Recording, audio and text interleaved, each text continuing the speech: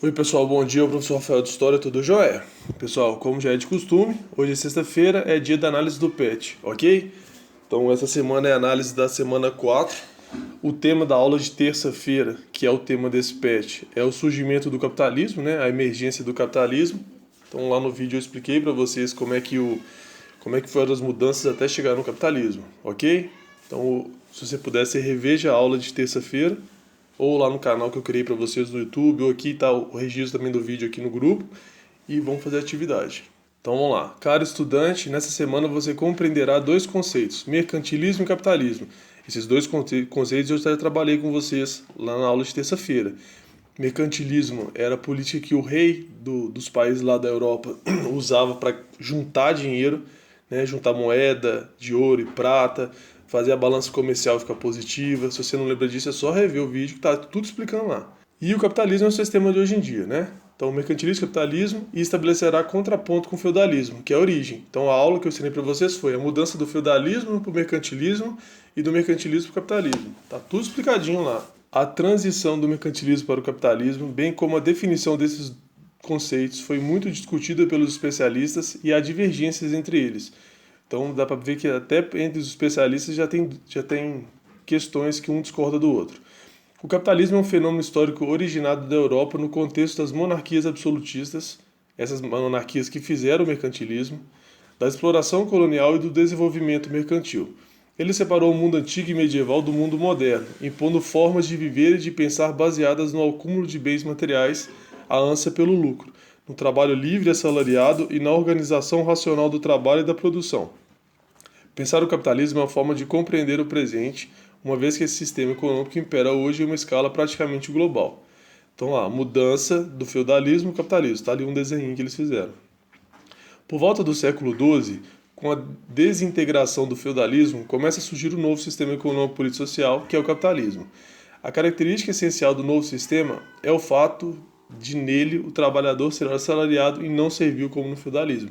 Eu comentei isso com vocês. Lá na Idade Média foi caracterizado pelos castelos. A pessoa pedia abrigo nessa região, o dono do castelo oferecia para ele, emprestava um terreno para ele poder viver com a casinha e tudo mais. Então ele era um servo dessa pessoa. O capitalismo hoje em dia não tem mais isso. Não tem ninguém mais aqui hoje em dia que é servo de alguém. Né? Já o que é mais comum agora a gente chama de trabalho assalariado. Você vai trabalhar numa empresa, o seu trabalho vai ser recompensado com um salário, por isso assalariado. Outros elementos típicos do capitalismo: economia de mercados, trocas monetárias, grandes empresas e preocupação com o lucro. O capitalismo nasce da crise do sistema feudal e cresce com o desenvolvimento comercial depois da Primeira Cruzada. Foi formando-se aos poucos durante o período final da Idade Média para finalmente dominar toda a Europa Ocidental a partir do século XVI. Mas foi somente após a Revolução Industrial, iniciada no século XVIII na Inglaterra, que estabeleceu o verdadeiro capitalismo. Então está te mostrando que o capitalismo já surge lá do século XVI. Só que é no século XVIII, que eu também falei lá no vídeo de terça-feira, com a primeira Revolução Industrial, que o capitalismo vai conseguir assim, pegar essa força e tornar o que é hoje. Por quê? Foi com a Revolução Industrial, a primeira e a segunda, que a produção aumentou demais. Lembra que eu citei lá na aula de terça-feira que, por exemplo, se você fosse um sapateiro comprar um sapato, ele ia te pedir pelo menos 1, 2 semanas para entregar um sapato. Olha o tempo que ele gasta para fazer um sapato.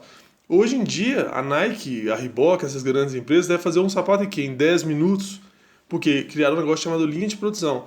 Então esse volume de produto aumentou tanto, tem tanto produto, que teve espaço para criar o capitalismo, entendeu? Você não consegue fazer capitalismo com a pessoa fazendo um tênis por semana. Você precisa de um volume de produção, de fazer as pessoas comprarem esse tênis. O tênis mal deu um rasgado, você não vai consertar, eles não querem que você conserte, querem que você compre um novo. O celular hoje em dia, você tem um celular, qualquer coisinha que acontece, você não quer consertar o celular, você quer comprar um celular novo. Essa lógica é totalmente capitalista. Antes não, você tinha que consertar, reparar, até onde desce. Na hora que o aparelho não aguentava mais, aí é a hora que você compra outro. Hoje em dia não, você não pode olhar torto pro celular que você já quer trocar ele. Essa é a lógica capitalista. Segue abaixo um esquema para que você possa retomar as principais informações trabalhadas nessa semana. Então aqui é um esqueminha do que eu falei para vocês na aula. O Estado mais a burguesia deu expansão marítima europeia, com pioneirismo português e o espanhol também, que não está aqui. Transformações econômicas mercantilista. Então a primeira parte lá em cima é o que a gente chama, que a gente começou lá com o feudalismo, agora o mercantilismo, e embaixo a evolução do capitalismo, tá? Acúmulo primitivo de capitais e por aí vai. Vamos para a atividade. Número 1. Entre os séculos XVI e XVIII, as monarquias nacionais adotaram um conjunto de ideias e práticas econômicas visando garantir e ampliar a riqueza do Estado. Ok? Lembra que está falando aqui no caso do mercantilismo. Esse mercantilismo vai levar ao que a gente chama hoje de capitalismo, mas a questão que está falando é que as monarquias, o que o rei queria com essas ideias para garantir a riqueza do Estado. O capitalismo não é a riqueza do Estado. O capitalismo é dinheiro do dono da empresa, ok? Então aqui é o mercantilismo. Qual o nome foi atribuído pelos economistas a partir do século XVIII a esse conjunto de ideias e práticas? Então o mercantilismo depois que vira o capitalismo, né? Praticamente eu dei a resposta. B. Quais características costumam definir esse conjunto de práticas e ideias? Ou você só reouviu o que eu acabei de falar aqui em cima, ou a aula de terça-feira que está a resposta. C. Como essas ideias e práticas transformaram a economia da sociedade europeia? Essa é a ideia do porquê eu fiz o vídeo na terça-feira. Como é que você acha que a mudança do feudalismo, do pessoal servo, dependendo do senhor, não recebia salário, ele simplesmente plantava lá na terra do senhor, o que era do senhor, e o que ele plantava na terra dele, uma parte era do senhor. Então ele tinha uma dependência enorme.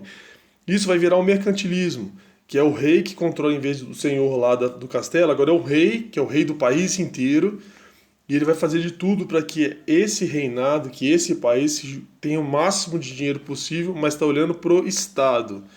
E depois o capitalismo que vai olhar para o indivíduo, para o dono da empresa, para qualquer parte que seja. São essas mudanças que a questão quer que você coloque, ok? 2. Leia a reportagem abaixo e faça o que se pede. Donald Trump, que é o ex-presidente dos Estados Unidos, né?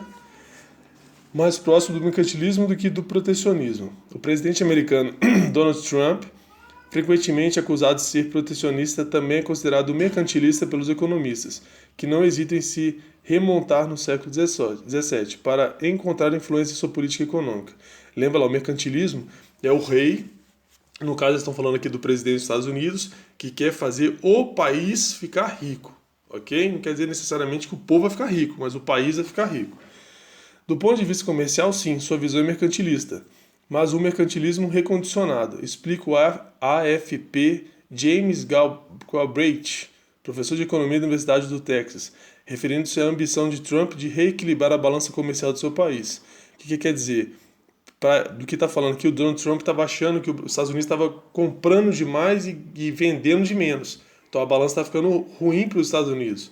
Então, de acordo com eles, o Donald Trump queria inverter isso aí, para a balança comercial, para eles venderem mais que comprarem. O presidente americano estabeleceu como meta reduzir o déficit comercial do seu país. Isso mesmo, déficit é porque está negativo, eles estão comprando mais do que vendendo. E acusa os países que vendem muitos produtos aos Estados Unidos enquanto compram pouco. Então ele está questionando que muita gente está querendo usar do dinheiro dos Estados Unidos, mas também não está ajudando os Estados Unidos. Considerando a reportagem, identifica as práticas econômicas do século XVII que estão sendo aplicadas no século XXI, que é o mercantilismo. Acabei de explicar. Tópico por tópico eu fui explicando aqui. Eu praticamente dei a resposta para vocês. Número 3. Aponte os fatores que explicam a passagem do mercantilismo para o capitalismo. Também acabei de explicar. O mercantilismo era o rei que controlava todo o Estado, todo o país, e ele queria acumular dinheiro por país. O capitalismo vai pensar bem parecido com isso, mas em vez do país, é para as empresas. Pronto. Então tá feita a análise do PET da semana 4, ok? Qualquer dúvida eu tô aqui à disposição para ajudar.